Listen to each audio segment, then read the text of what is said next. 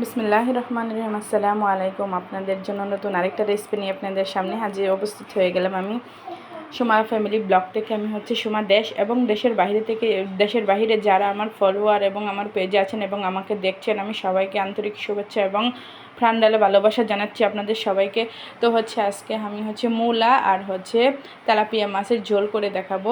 তো আমি প্রথমত মাছগুলো আমি আমি পেঁয়াজ রসুন আর জিরা দিয়ে বাজনাটা আমি বেটে নিয়েছি। এখন আমি হলুদ আর দিয়ে লবণ দিয়ে মাখিয়ে মাছটা বেজে নিয়েছি।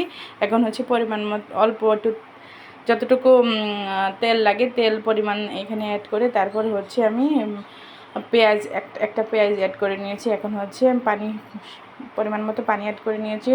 মরিচের গুঁড়ো, হলুদের গুঁড়ো, ধনিয়া গুঁড়ো এগুলোকে আমি লবণ ভালোভাবে আমি কষিয়ে নিচ্ছি। অবশ্যই আপনারা সুন্দরভাবে ভালোভাবে কষিয়ে নেবেন।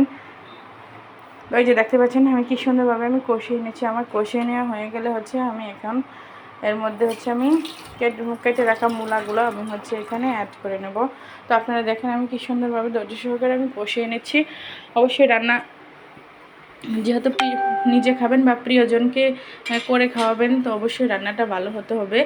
তো এই যে দেখেন আমি ভালোভাবে সুন্দরভাবে আমি তরকারিটা আমি কষিয়ে নিচ্ছি। হালকা পরিমাণ পানি অ্যাড করেছি, এটাকে আমি কষিয়ে নেব এখন।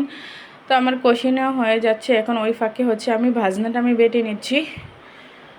আর ওই ফাঁকে আমি খুন্তি দিয়ে নাড়াচাড়া দিচ্ছি। আমার কষিয়ে নেওয়া হয়ে গেছে। এখন আমি পানির জন্য ঝোলের জন্য পানি অ্যাড করে নিয়েছি এর মধ্যে। আর ইতিমধ্যে আমি মাছগুলা আমার তরকারিটার মধ্যে রান্না হয়ে যাচ্ছে। আমি এক পিস করে মাছগুলা তরকারির মধ্যে অ্যাড করে নিচ্ছি। তারপর আমার বেটে রাখা বাজনাটা আমি এই যে দেখেন আমি কি প্রসেসে আমি এখন তরকারির মধ্যে আমি বাজনাটা অ্যাড করে নিচ্ছি। আপনারা এই প্রসেসে আপনারা রান্না করে খেতে পারেন। তো এই যে দেখেন আমার খুব সুন্দর তরকারি রান্নাটা হয়ে গেছে। তো দেখেন আপনারা এভাবে রান্না করে খেলে অনেক অনেক ভালো লাগবে।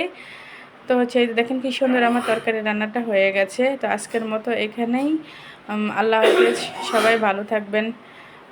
ধন্যবাদ সবাইকে ভিডিওটা দেখার জন্য। আর আমার পেজ ভালো লাগলে অবশ্যই লাইক, ফলো, শেয়ার, কমেন্ট করে আমার পেজের পাশেই থাকবেন। ধন্যবাদ সবাইকে।